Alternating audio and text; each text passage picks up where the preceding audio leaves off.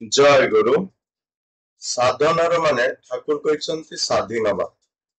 जप तप कुच्छ्र साधना केवल साधना नुहे साधना माने विहित भाव कार्य निष्पादन करवा ठाकुर साधु माने कहते साधु है सी जी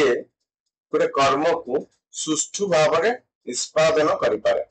तेणु साधु होती सुष्ठु निष्पादनकारी किंतु ये साधनार व्रत सबुठ बड़ बाधक होची वृत्ति प्रवृत्ति जोटा को इंग्लिश रे कहा जाउची कॉम्प्लेक्स तेणु वृत्ति प्रवृत्ति को कौन पाई वृत्ति प्रवृत्ति कहा जाए वृत्ति कहीं कहा जाए से कथा ठाकुर कहवा को जाए कहले से वृत्त भितर गोटे अभ्यास वृत्त भितर मनीष बाहरी पारे ना तारी चारिपटे घोड़ी बुलू थाए चक्कर काट थाए तेणु ताकू वृत्ति कहा जाए जमीती जनकर कथार खिलाफ मोर मन कर कथार खिलाफ प्रवृत्ति अच्छी तो मुझा मोर एमती अभ्यास परिणत होते हैरान हेले पुणी थे से एक प्रकार भूल कर बसे कथा दे कथा रखे ना कथार खिलाफ करे तेणु ये जो बाहरी पारे ना से वृत्त मध्य बाहरी पारे ना बारंबार से भूल करुए से भूल चतुर्पार्श्व घूरी बुलुए तो से वृत्ति कह जाए वृत्ति प्रवृत्ति कॉम्प्लेक्स साधना पथरे माने सुष्ठु निष्पादन विहित भाव कर्म निष्पादन करिवार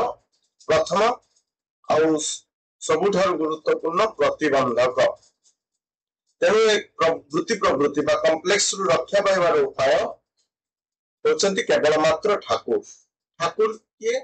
जे ठुकर दियंती मते वृत्ति प्रवृत्ति मुझे चली तो मते ठुकर दे जी वृत्ति प्रवृत्ति बाहर करके साधना पथरे व्रति कराई पारंती सी होचंती ठाकुर तेणु जी प्रिय परम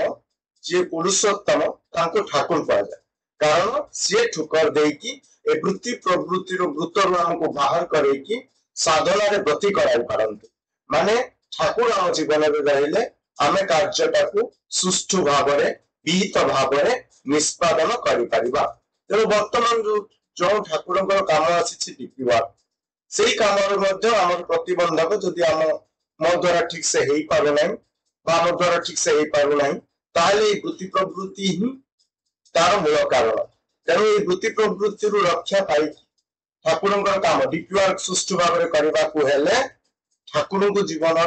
मुख्य करने को पड़ो जहाँ द्वारा ठाकुर ठोकर देकी मते वृत्ति प्रवृत्ति रक्षा करके विहित भाव सुष्ठु भाव कार्य को निष्पादन कर शक्ति देवे। जय गुरु।